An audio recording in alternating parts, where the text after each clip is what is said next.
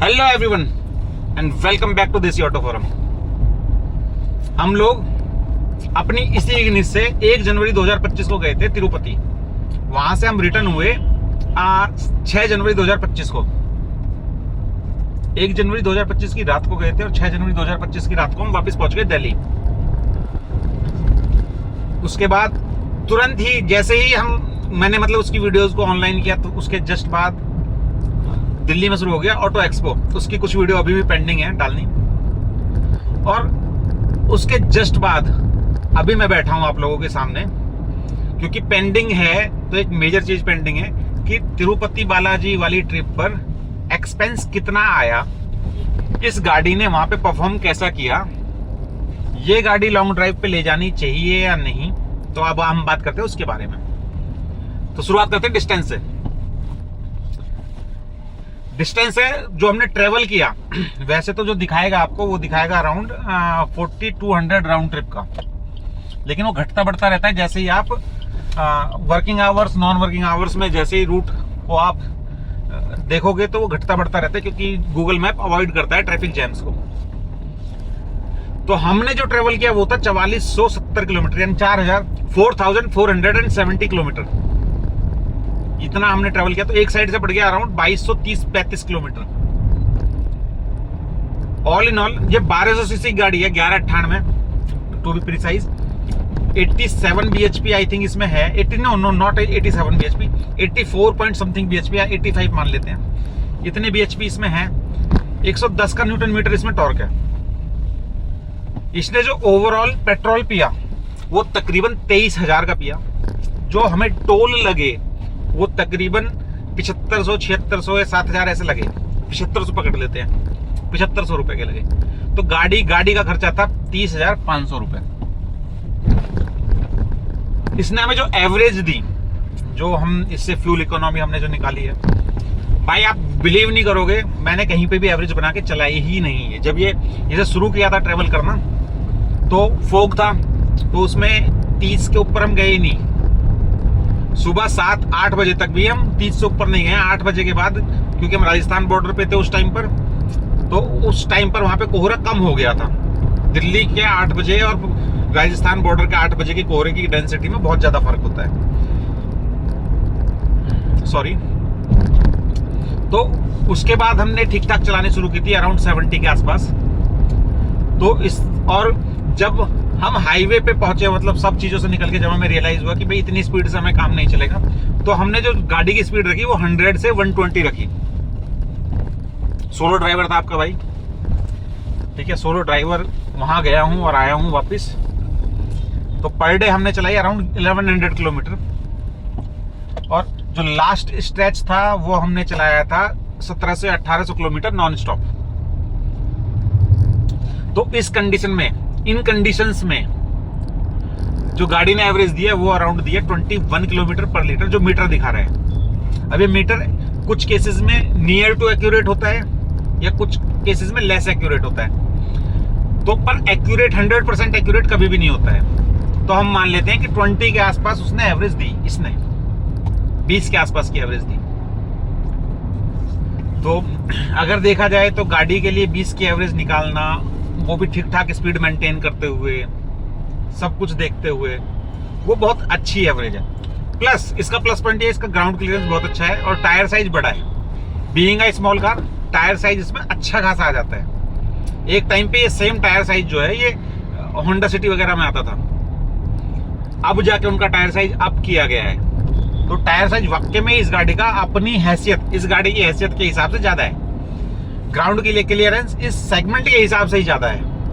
मैं इसे SUV consider नहीं करता हूं, मैं इसे हैचबैक कंसीडर करता हूं। और हैचबैक के हिसाब से 180-85 mm का ग्राउंड क्लियरेंस काफी हेल्दी ग्राउंड क्लियरेंस है। तो उसने काफी हेल्प किया। हेल्प कैसे किया? हेल्प ऐसे किया कि जितना बड़ा आपका टायर साइज होगा उतना ज्यादा आप कंफर्टेबल राइड की तरफ जाएंगे, उतना ही छोटे पोर्ट होल, छोटे गड्ढे आपको फील नहीं होंगे। और ग्राउंड क्लियरेंस ने ऐसे हेल्प किया कि आते टाइम एमपी में कुछ स्ट्रेचेस, क्योंकि हम इंदौर की तरफ से आए थे, कुछ स्ट्रेचेस थे जो काफी ज्यादा बैड पैचेस थे। तो वहां पे अगर कोई लंबी गाड़ी होती, नीची गाड़ी होती, तो उसके टिकने के लगने के चांसेस ज़्यादा थे। स्क्रैप होता, फ्रंट बम्पर तो डेफिनेटली स्क्रैप होता है, ऐसी कंडीशंस में थी। रात का था तो इसलिए वीडियो में क्लियर नहीं आ रहा था, तो इसलिए वो वाला सेक्शंस मैंने ट्रिम कर दिया, अपलोड नहीं किया। तो परफॉर्म इसने बहुत अच्छा किया। इसमें जो प्रॉब्लम है मेजरली ये है कि अभी देखो मैंने इसका स्टीयरिंग लोएस्ट सेटिंग पे कर रखा है और मैं जहाँ कंफर्टेबल होता हूँ मैंने वहाँ रखा हुआ है। अब इस जगह पे सेट करने के बाद ना तो मैं इसे यहाँ पे हाथ रख सकता हूँ, ना यहाँ पे राइट वाला हाथ यहाँ पे रख सकता हूँ। हाथ थोड़े से अप रह जाते हैं। हाथ रखने के लिए मुझे सीट नीचे करनी पड़ेगी और इस वाले मॉडल में हाइट एडजस्टमेंट नहीं आती है। और अगर हाइट एडजस्टमेंट आती भी तो जितनी हाइट इसके लिए कम करनी होती है, उसके बाद मुझे बाहर का व्यू कम ही दिखता, क्योंकि डैशबोर्ड की हाइट अच्छी खासी है। डैशबोर्ड इसका नीचे नहीं है, डैशबोर्ड की ठीक ठाक हाइट आपको मिल जाती है और डैशबोर्ड काफ़ी स्ट्रेट फॉरवर्ड भी है। तो एक तो इसमें मतलब ये वाली दिक्कत थी कि इतने लॉन्ग ड्राइव पे आप अगर आपको हाथ ऐसे रख के चलाने की आदत नहीं है तो कोई दिक्कत नहीं है, क्योंकि मुझे नहीं है। मैं हाथ ऐसे रख के चलाता हूँ, ऐसे मुझे हाथ ऐसे टेक के चलाने की आदत है। एक बार इसको टेक लिया, फिर इसको टेक लिया, फिर इसको टेक लिया, तो मुझे सपोर्ट चाहिए। और ये आदत मुझे अपनी पहली गाड़ी से पड़ी है कि सीट को पूरा नीचे कर लो, दोनों हाथ एकदम मस्त ऐसे इस पोस्चर में, उस पर दोनों हाथ दोनों साइड के हैंड रेस्ट पर टिक जाते थे, तो बहुत मजा आता था उसे चलाने में। वापिस आते हैं इस पर। इंजन परफॉर्मेंस जबरदस्त। इंजन ने कहीं पर भी ये नहीं कहा कि भाई मुझे रेस्ट चाहिए।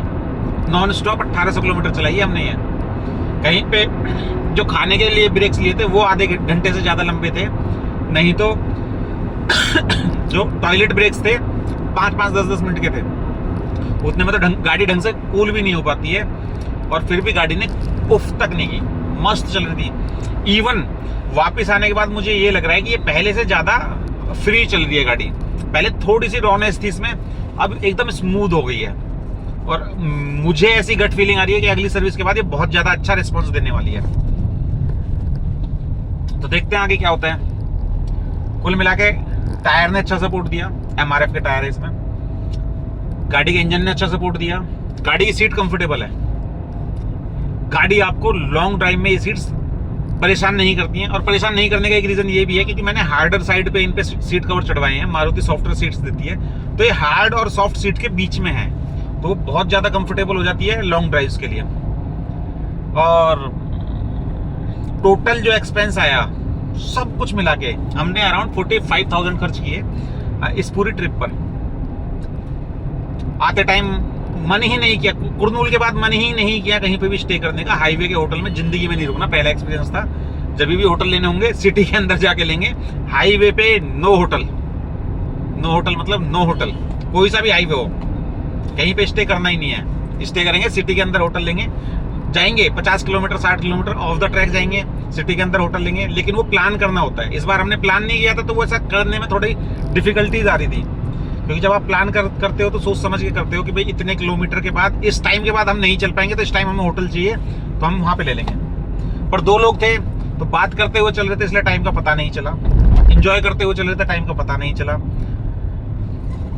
गाड़ी की राइड को हेल्दी बनाने के लिए और बाहर के खाने को अवॉइड करने के लिए हमने फ्रूट्स कैरी किए हुए थे, स्नैक्स कैरी किए हुए थे, लेकिन स्नैक्स एज इट इज ले आए हम बचा के। फ्रूट्स खाने में इतना मजा आ रहा था कि हमने और फ्रूट्स ले लिए रास्ते में से, लेकिन हमने स्नैक्स नहीं लिए। एमपी में बहुत अच्छे संतरे मिले थे, बहुत बेहतरीन। राजस्थान में जस्ट घुसने से पहले एमपी में संतरे के फार्म्स थे, वहां से लिए। बहुत अच्छी क्वालिटी के, बहुत हेल्दी क्वालिटी के संतरे थे। शहद लिया वहीं से, शहद भी काफी अच्छा था, वो भी राजस्थान में जस्ट घुसने से पहले था। तो रास्ते में से लेते रहे, खाते रहे और चलते रहे। हमने अवॉइड किया फ्राइड को या कुछ भी ऐसा जो आपको हैवीनेस देता है, जो आपको नींद की तरफ लेके जाता है। उस तरह के खाने को हमने बिल्कुल अवॉइड किया, और नहीं चाहिए वैसा खाना लॉन्ग ड्राइव पे। एंजॉय कर, जब ये होता है कि भाई हम होटल में आज स्टे करने वाले और दबा के नींद लेने वाले, तो आप हैवी खाना खा सकते हो, वो फिर आपको अच्छा लगता है। लेकिन जब आपको ड्राइव करना है और ये है कि आज पूरी रात आपको ड्राइव करना है, तो उस रात लाइट खाना प्रेफरेंस है मेरी तरफ से। सबका अपना अपना अलग हो सकता है बहुत सारे लोगों को भूखे रहने से नींद आती हो, मुझे ज्यादा खाने से नींद आती है। तो वो अपना अपना बॉडी भी कैसे रिएक्ट करेगी उसके ऊपर भी, तो अपनी नीड्स को पहचाने और उसके हिसाब से पैकिंग करें। पानी हमने रास्ते में सिर्फ 1 बोतल खरीदा, बाकी पानी हम घर से लेकर गए थे। अराउंड 16-17 लीटर पानी लेकर गए थे, तो वो हमने पिया। जहाँ पे जरूरत पड़ी हमने रिफिल कर लिया बोटल्स को। जहाँ पे लगा कि भाई यहाँ पे पानी अवेलेबल है तो रिफिल कर लो। प्लास्टिक की हमने सिर्फ एक बोतल खरीदी। नो प्लास्टिक ट्रिप थी हमारी ये, कंप्लीटली नो प्लास्टिक ट्रिप। हमने कोई भी प्लास्टिक का सामान ना रास्ते में फेंका, ना हमने यूज किया। हम जो घर से लेकर गए थे वो घर वापस लेकर आ गए। डस्टबिन हमने रखे हुए थे गाड़ी में 2-2। कंबल लेकर गए थे अगर ज्यादा ठंड लगे उसके लिए। तो ये ओवरऑल था कुछ हमारी इस ट्रिप का समरी थी। और सबसे बेस्ट पार्ट थी जो दर्शन वहां पर हुए, उसका एक्सपीरियंस बहुत ही ज्यादा अच्छा है, बहुत ही जबरदस्त है। वो अपने आप में ही डिवाइन एक्सपीरियंस बिल्कुल अलग है। वो जो लास्ट मिनट होता है ना, जब आप दर्शन करना शुरू करते हो, जब दर्शन खत्म करते हो, वो अलग ही लेवल की चीज है। उसमें कुछ भी पता नहीं इतना फोकस कहां से आ जाता है, या फिर मुझ में इतना फोकस कहां से आ गया कि मैं इतनी दूर से दर्शन कर रहा हूं और मेरे को मूर्ति अच्छे से दिख रही है और मैं दर्शन कर पा रहा हूं। इतनी दूर से फोकस करना बड़ा मुश्किल हो जाता है, पॉसिबल से हो जाता है, खासकर जब आप कुछ डिवाइन एक्सपीरियंस कर रहे हो या कुछ होली एक्सपीरियंस कर रहे हो, क्योंकि मन भागता है वहां से। लेकिन इस जगह पे बहुत अच्छे एक्सपीरियंस हुए, बहुत अच्छे दर्शन हुए, दर्शन का एक्सपीरियंस बहुत अच्छा था। तो इन अच्छी मीठी मीठी यादों के साथ हमने अपनी ट्रिप कंप्लीट की, और आगे भी जल्द से जल्द आपके लिए ट्रिप लाने की कोशिश करेंगे। जब तक के लिए बाय बाय, और प्लीज डू फॉलो देसी ऑटो फोरम।